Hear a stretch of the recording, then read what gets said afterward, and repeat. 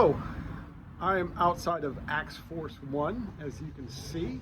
This is the venue for today's event. Winning today's competition earned me the title of Master. I'm not sure that's a compliment. Anyways, let's stick around and enjoy the fun.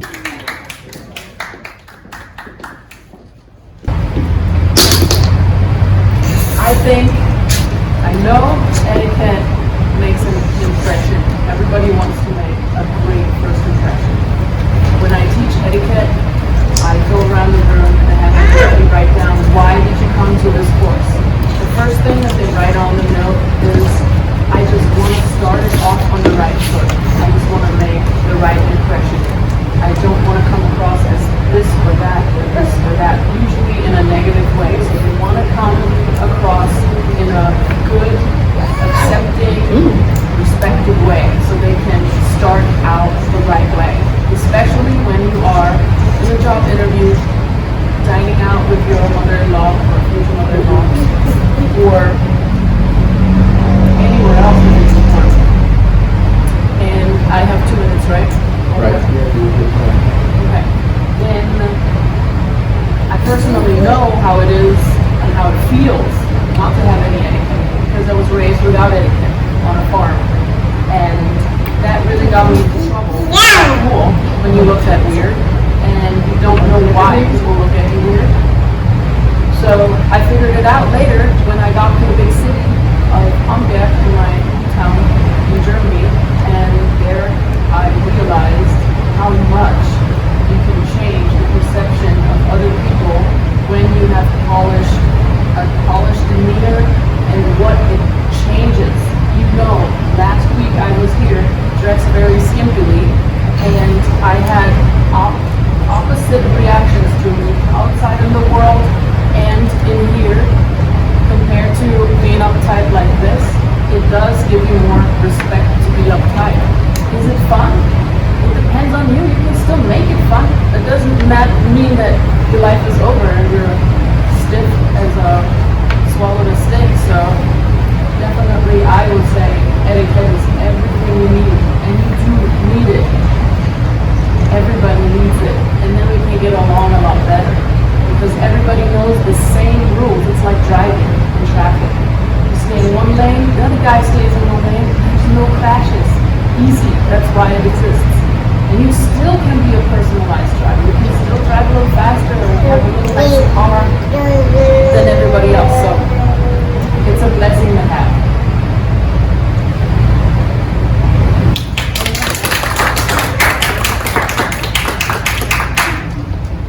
Okay, Bonnie? Thank you very much, Marina. One thing that Marina said over and over is the word everybody. I disagree. Etiquette explains everybody. Well, how do we know that? What about the rights of the individual? When we take an everybody stance, everybody needs etiquette because then it would be a blessing. How do you know? And what's everybody's stance on etiquette? And does my stance matter? The rights of the individual. Verena also mentioned being maybe stiff or uptight. What if I don't want to be that? What if me as the individual, I'm looking for a more authentic presentation of myself, and I feel maybe a little bit of expressing myself, maybe breaking a few bounds, makes people comfortable. Dare I say, everybody. I argue that etiquette is relevant in the sense that how do I want to present myself in society? Do I have any say in that, or do I need to conform to everybody else's rules? Do I have a say in society? Or am I meant to be quiet? Am I meant to be orderly to somebody else's standards? Everybody is a very broad term, I would argue. And I think that becomes a problem with etiquette. We put it into broad scopes of everybody, and then it seems to lose the individual beauty of each person. What do they bring to the conversation? If we stifle that into a set of rules that may or may outdated, have we really gotten a chance to know the person? Or are we just the masses?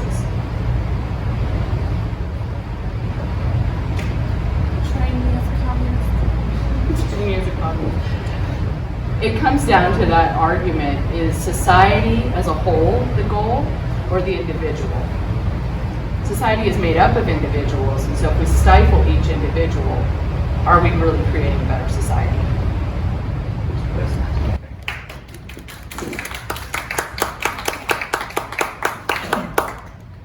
And now, Donna.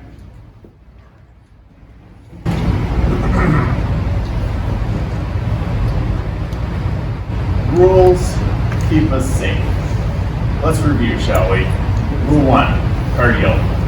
Rule 2, double tap. Rule 3, beware of bathrooms. Rule 4, always wear your seatbelt.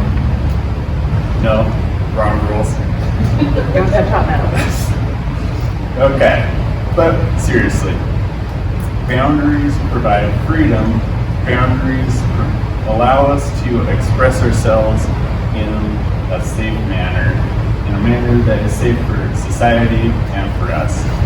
You might say, I don't want to wear a tie, I don't want to wear a jacket, I don't want to wear pants.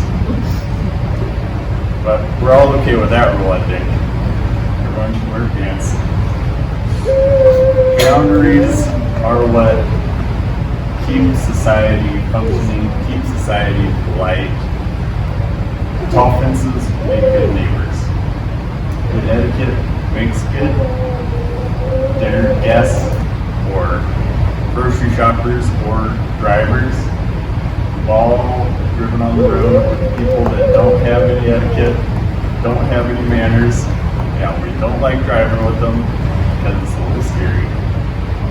Drive too fast, don't use your blinker, cutting lanes, driving over curbs, flipping people off. Self-expression, but a little too much of it can hinder the way that society operates and how we interact with each other. We all have to have a base that we're working from so that we understand where everyone's coming from. If you've been to other countries that operate in a wildly different way than the U.S. and the Western culture does, you probably have recognized that interacting with people can be a little strange because our gestures mean one thing and they're thinking another thing, and their gestures mean one thing and we're experiencing something else. So etiquette is just that baseline that provides an operational consistency that we can all express ourselves from. Thank you.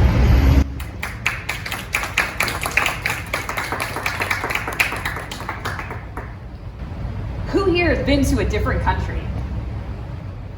Great. When you went to that country, what was etiquette? It was different. Every single country has different etiquette. So when we say everyone having the same level base, we can't have that. There is no one thing that is going to be the same across all places. If I were to go to China, most men wouldn't talk to me. That is rude here. But there, that is normal. That is etiquette.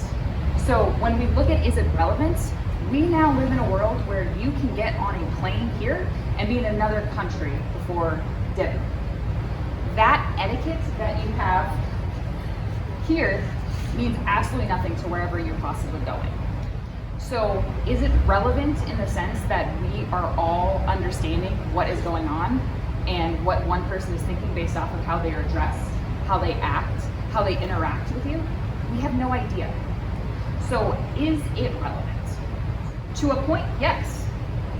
But in every single situation for every single person, it is not. I can have a conversation with somebody who's in their 80s and what I'm wearing can be considered distasteful and something that they would not consider to be appropriate. How am I to know that? I could be meeting with another person and they think that what I'm wearing is too uptight based off of the conversations we're having. There is no level where every single person is going to be able to say, hey, this is what is considered to be a standard. So in today's life, where every person has a different background, we have people who have come here from different countries. We have people that speak different languages. Is there relevancy to etiquette? To a point. But at the end of the day, when somebody comes to a Toastmasters meeting and stands up here in PJs and gives an amazing speech, are you thinking down on them because of the fact that they're wearing PJs this morning? No, you're thinking how amazing it is that they were able to come here and stand in front of everybody and give a speech. So based off of how somebody dresses, based off of how somebody speaks, based off of whether or not they know our rules, we can't utilize that anymore because we don't know that person. Bonnie made a point about being individuals. We all are individuals, but at the end of the day, every single one of us is going to have a different idea of what that means to ourselves for what etiquette really is. I have a British grandmother. She would tell me that I'm using the wrong fork half of the time.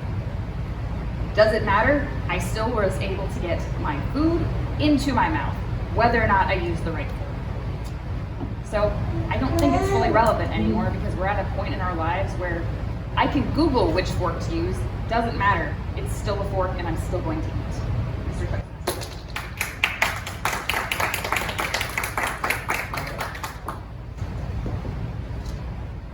I disagree with my worthy opponents. Because you don't have to know what the people in France are going to do because one, who cares, they're French. But you don't need to know. Believe it or not, I've actually had at least 2 girlfriends. And I know it's not about perfection, it's about the effort. I, one time, was taken to Thanksgiving with my girlfriend. Her grandmother adored me because I am adorable. Her mother hated me because she thought I was putting on airs because no one acts like that these days. This is not an argument for my opponents. I'm putting out a point that even I cannot win every battle. Also, it's rude and it goes against etiquette to point out someone's lack of etiquette. Being well dressed is not always wearing the right brands or wearing the suit. Being well dressed is teeth are brushed, hair is combed, nails aren't filthy from the field, shoes are clean. The way we dress, when we show up, it shows that something's important to us. The fact that we came up wearing pants shows that we care enough to make sure we don't get kicked out of the event.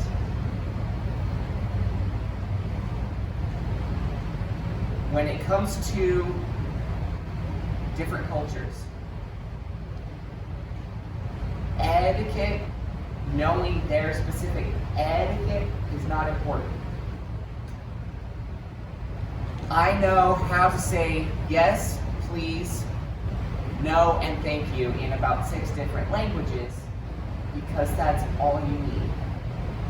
Especially know when a redhead comes up to you and tries to take you home. You need to know how to say no.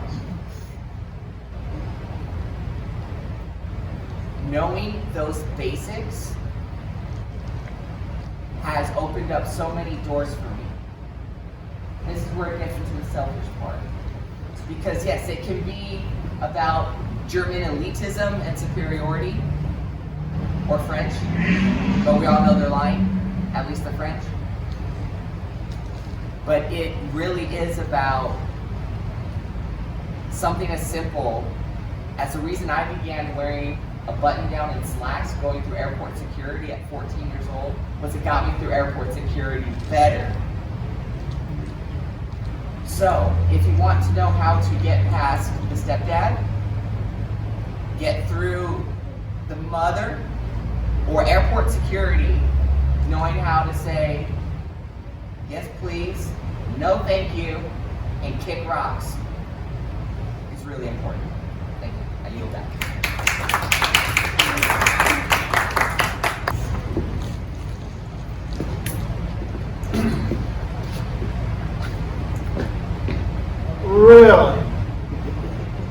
This is about first impressions.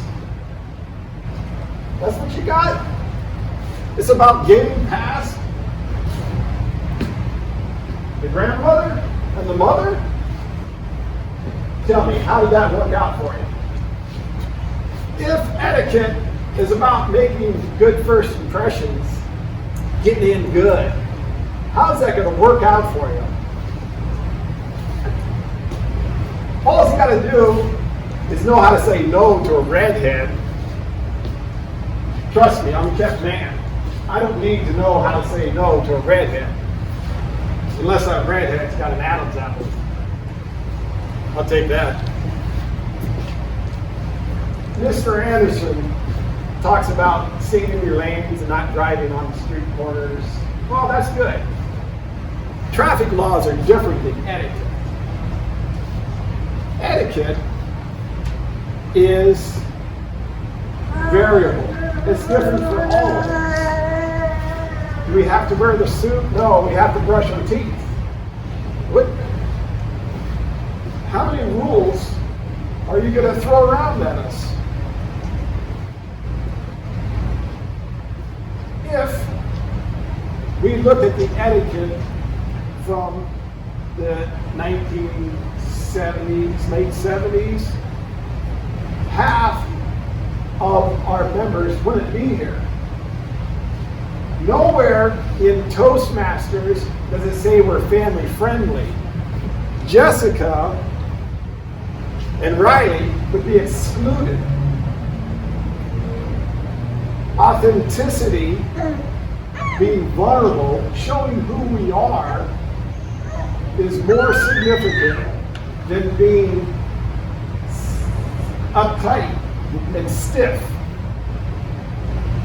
Who we are and expressing who we are allows us to make genuine connections, allows us to advertise who we are,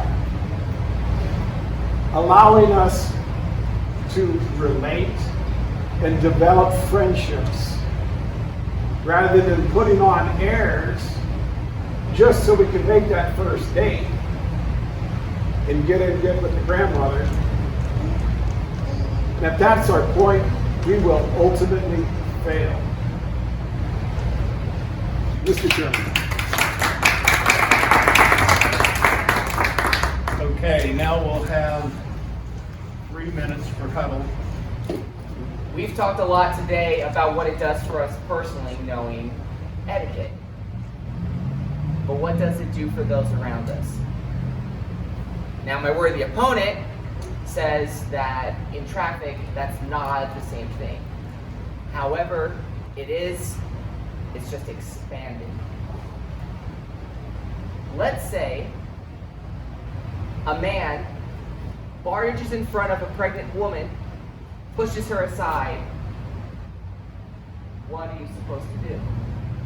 How do you know what to do? How do you know how to deal with the situation in a way that allows the community to know that you're in the right? Well, you know it's wrong to push aside pregnant women. It's obvious, right? Well, apparently some people don't know that. Able to play the game and change the game, if that's the intent, to express our individualism as Americans, as people. We have to know the rules in order to play the game properly, in order to change the rules of the game. You don't get to vote on laws if you're not in Congress. You just get to be a Monday morning quarterback. The reason it's important to know how to behave in any given situation. Are you showing up at your friend's house wearing a suit, or are you showing up at your friend's house wearing sweatpants? Because if you show up in a suit and he's wearing sweatpants, you're going to make him uncomfortable. If he's wearing a suit and you're wearing sweatpants, that's what we call a miscommunication. That's why we stay in Toastmasters for an average of 7 years. Knowing the rules are important because as a red-blooded, macho, traditional American who's oozing pure machismo, I love knowing the rules so that I know how, where, and when to break them. I yield back.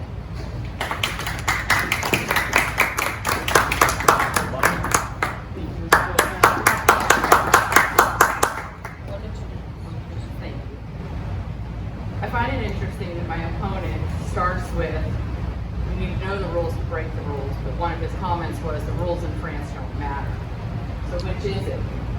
We talk, my team and my worthy opponents, as coordinated as they may be, seem to be confused on the topic in general. Are we talking about laws? Because I heard rules. We need rules and boundaries. These are two different things.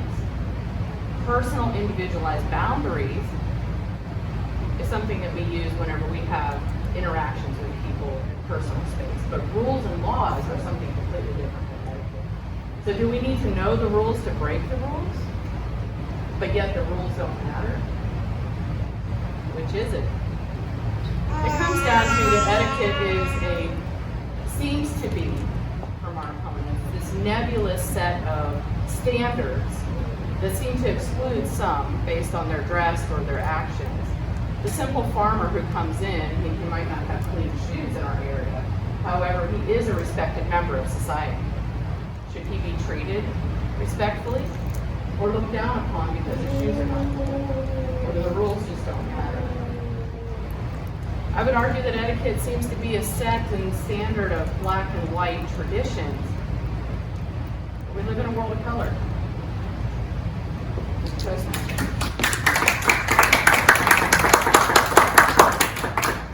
All right. Do y'all want to hear what I have to say and go sit in your seats? Maybe. What's this about? I am your general evaluator for this meeting. And quite honestly, since I'm generally evaluating these people, and I want them to see me and not my butt, I'm going to be back here.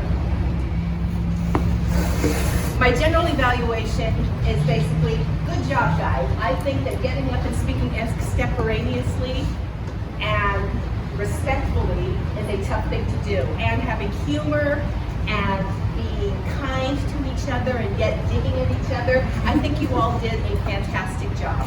I am done evaluating you because this is Cliff's project, so I'm really going to evaluate Cliff. So Cliff, if that's where you want to sit.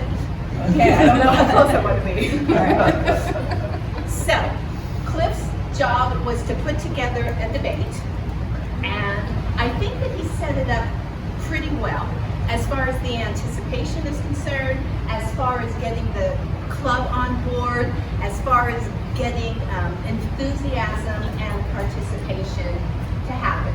So we voted on the topic, I'm not sure what to call it, question, and this is where I have a little bit of conflict. I do not know if this was actually a debate topic, because it isn't defined. I want to say right now that what you guys were arguing was P's and Q's, apples and oranges. What is etiquette? Because we didn't have a definition of etiquette going into this thing, everyone was making an argument based on rules and laws and whatever. And so I think, Cliff, that the topic had to be better defined for the participants in order to have a true debate. So I point that out. I think you did a good job leading the debate, which is another thing that you're supposed to do. Everyone looked to you, you were the center of attention, asking you questions. I just wonder if there could have been a little bit more preamble before the debate so that we can understand more of what a debate is. I was at a contest recently where one of the speakers had debated in college, and one of the other speakers who spoke that day was also a debater. So one of the people got up and said, oh my God, this reminds me of my college days. And there was a debater who talked so fast and he got so many points. And then the next person went up and didn't get as many points because they couldn't dispute as many points as the fast talker made. So I had the impression that a debate was someone makes a point, and if they make 10 points and you only dispute 7 of them, this guy's already 3 points ahead because you couldn't get there. I guess what I'm trying to say is I didn't understand what a debate was and how we should vote on it, and I would have liked a little bit more clarification on that. Now, we are a mellow club who does things fantastically well, and I like what it came down to, quite honestly. Vote your heart, count your points, vote who you think won. But if this were a more true debate, I think that I would have wanted more true rules in order to understand how to vote. Other than that, I think think that you did a fantastic job. Again, you are the focal point of attention. People were listening to you. You told us to speak loud over the pan, and that worked. And this debate was fun. And it was fun because of the effort you put into it, and it's fun because of these people who actually walked into a lion's den not knowing what they were going to experience, but what they did is they made it their own. And so even though I don't think any of these people have ever debated, based on what I'm kidding, I don't think that anyone here has debated before and didn't know the rules either, so it didn't necessarily matter. But the next time, if you're going to do a debate again, I kind of want that real structured debate so I can see what one is about. Good job, Cliff. Good job, everyone else. Thank you.